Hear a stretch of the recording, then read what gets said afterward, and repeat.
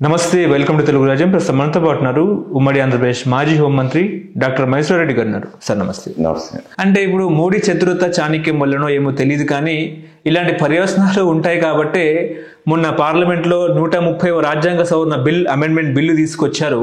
ఆ బిల్లు యొక్క సారాంశం ఏంటంటే, ఎవరైనా సరే, నేనైనా సీఎం అయినా మంత్రి అయినా ఎవరైనా సరే తప్పు చేస్తే నేరారోపణ ఎదుర్కొంటే 30 రోజుల్లో పదవి ఊస్తే అన్నట్టు కూడా ఒక బిల్ తీసుకొచ్చారు. 30 రోజుల్లో బెయిల్ రాకపోతే రాజీనామా చేయాల్సింది వస్తుందని. అది ఎవరైనా సరే, ప్రైమ్ మినిస్టర్ కాడ నుంచి. ఇంతకుముందు అది లేదు కదా. ఎందుకు వచ్చిందంటే ఈ సమస్య, కేజ్రీవాల్ గారు గతంలో అయితే చాలామంది జైలుకు వెళ్ళేటప్పుడు నైతికంగా మోరల్ రెస్పాన్సిబిలిటీ తీసుకొని రాజీనామాలు చేసేవాళ్ళు. కానీ మొన్న కేజ్రీవాల్ రాజీనామా చేయకుండా జైల్లో ఉండి ఢిల్లీ ప్రభుత్వాన్ని ఆదేశాలు పరిపాలన సాగించారు. కాబట్టి అది ఒక రకంగా చూస్తే నైతికంగా మంచిది కాదు. 30 రోజులు వెనుక లోపల కస్టడీలో ఉన్నప్పుడు ఆటోమేటిక్గా పదవి పోతుంది అనేది, దాన్ని తృణీకరించలేము ఆ బిల్లుని ఎవరు కూడా. మంచిదే ప్రజాస్వామ్యంలో, తప్పేమిటి అని అంట. అంటే ప్రధానమంత్రి అయినా సరే చట్టం ముందు తప్పు చేస్తే ఎవరైనా కానీ 30 రోజులు కస్టడీలో ఉంటేనండి. అందుకు అదేం నైతికంగా మంచిదే అంటే తప్పేముంది. ప్రజలకు మనం గుణపాఠం నేర్పించాలి, కానీ ప్రజలకు తప్పుడు సంకేతాలు ఇవ్వకూడదు కదా రాజకీయ నాయకులు. కానీ విపక్షాలు ఏమంటున్నారంటే, రాజకీయ పార్టీలైనా కానీ విపక్షాలు ఏమంటున్నారంటే దక్షిణాది రాష్ట్రాల్లో ఆ ప్రభావం ఎక్కువగా ఉండే అవకాశం ఉంది. ముఖ్యంగా రేవంత్ రెడ్డి కానీ, లేకపోతే స్టాలిన్ కానీ, లేకపోతే కేరళ సీఎం కానీ, వీళ్ళు కేంద్ర ప్రభుత్వానికి వ్యతిరేకంగా మాట్లాడినా కూడా వీళ్ళ ముందు సిబిఐ, ఈడీ, ఐటీ వచ్చే అవకాశం ఉంది అన్నట్టు కూడా మాట్లాడుతున్నారుగా. తప్పులు చేయకపోతే ఎందుకు వస్తారులేండి. అది ఇప్పుడు వాళ్ళైతే ఇండియా కూటమిలోనే ఉన్నారు. ఇక్కడ రేవంత్ రెడ్డి అయినా ఇండియా కూటమిలోనే ఉన్నాడు, స్టాలిన్ అయినా ఇండియా కూటమికిగా ఉన్నారు. అది ఊరికే అది విమర్శలకు అంతేగాని ఏమి దాంట్లోకి వచ్చే నష్టం ఏముంటుంది. అంటే వాళ్ళకు వ్యతిరేకంగా పోతే ఖచ్చితంగా కేసులు బనాయించే అవకాశం ఉంది అన్నట్టు మాట్లాడితే, ఏదన్నా తప్పు జరిగితే తప్పకుండా ఉంటాయి. అదే బీజేపీలు తప్పు చేస్తే కొన్ని అయితే ఉన్నాయి కదా, కొన్ని చోట్ల అయితే పూర్తి అంత పక్షపాతంగా చేయలేరు కదా అంట ఎవరైనా. ఓకే, కానీ బిల్లు వల్ల చాలా ఇబ్బందికర పరిస్థితులు కూడా వచ్చే అవకాశం ఉంది కదండి. ప్రజల్లో కూడా ఒకంత వ్యతిరేక భావజాలం కూడా ఉండే అవకాశం లేకపోలేదంటారా? అది ఎందుకు నైతికంగా ఏం తప్పేముంది అంట. నైతికంగా రాజకీయాలు ఉన్నప్పుడు చేస్తున్నారు కదా. గతంలో అయితే ఎవరైనా జైలుకు వెళ్ళాలంటే ముందే రాజీనామా చేసి మళ్ళీ జైలుకి వెళ్ళేవారు. ఇప్పుడు ఆ నైతికత మన కేజ్రీవాల్ విషయంలో కోల్పోయినారు. కాబట్టి ఇప్పుడు వచ్చిన దానివల్ల నష్టం ఏమిటి అంటే, ప్రజలకు నష్టం ఏమిటి? ఓకే, ఇప్పుడు అవినీతి ఆరోపణలో ఇంకొకటి ఉన్నోళ్ళు ఆకు మీద అది చట్టం ఉపయోగించేది లేనప్పుడు సమస్య ఏముంది? చంద్రబాబు నాయుడు గారు మేము చేసిన అప్పుకి దాదాపుగా 56% అప్పు చేస్తున్నారు, దాదాపుగా 1,84,00,000 కోట్ల అప్పు కూడా చేస్తున్నారని కూడా ఆయన మాట్లాడారు. ముఖ్యంగా ఏపీ ఆర్థిక పరిస్థితి మీద మీ విశ్లేషణ ఏంటి సార్? అంటే గతంలో కూడా మీకు చెప్పాను, అక్కడుండే పరిస్థితి ఏమిటంటే వాళ్ళకు ఆదాయం వచ్చి 1,20,000 1,30,000 కోట్లు రావచ్చు.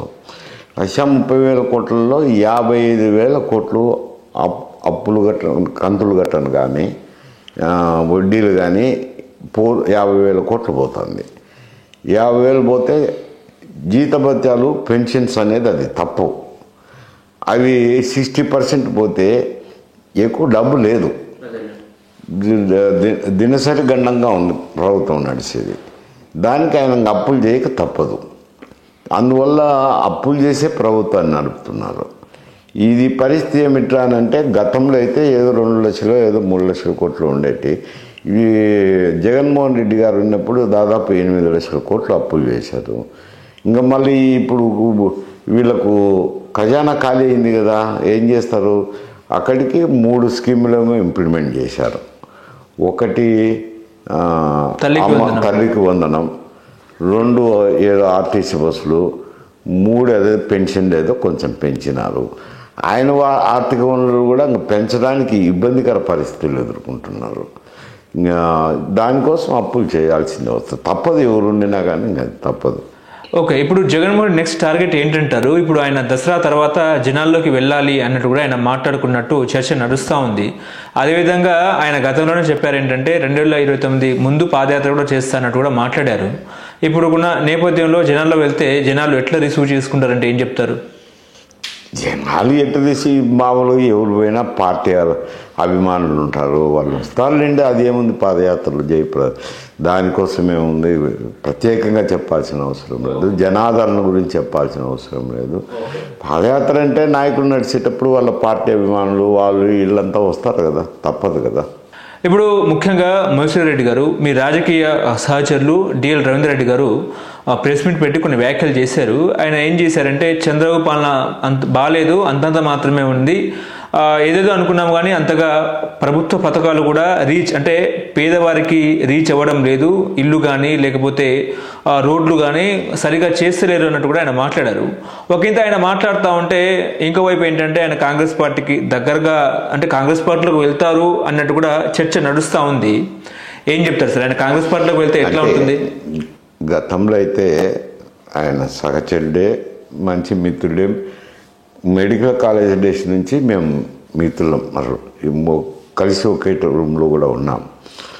సరే, తర్వాత రాజకీయాల్లో ఆయన ఒక గ్రూపు, రాజశేఖర రెడ్డి గ్రూప్ పోవడము, మేము మంత్రులం కాబట్టి జనార్దన్ రెడ్డి, భాస్కర్ రెడ్డి గ్రూప్లో ఉంటాను నేను.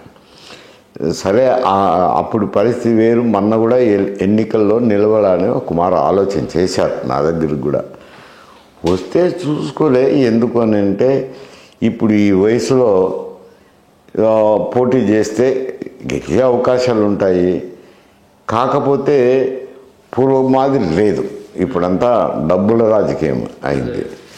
అందులో మొన్న అయితే జగన్మోహన్ రెడ్డి గారు 2000 అనేది ఒక కండిషన్ మాదిరి పెట్టారు. 2000 అనే తలకి 50 కోట్లు 60 కోట్లు అవుతుంది. ఫైనాన్షియల్ రిజర్వ్స్ ఉండాలి కదా, మాకందరికైతే లేవు. ఆయనకి ఎందుకంటే ఇద్దరు కూతుళ్ళే కాబట్టి కూతుళ్ళను కూడా మంచి కుటుంబాలకు ఇచ్చినారు, వాళ్ళు కూడా బాగా స్తోమత పరులే.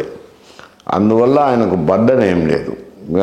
ఒకవేళ ఖర్చు అయినా కానీ ఆయన నిలదొక్కగలిగిన పరిస్థితి ఉంది.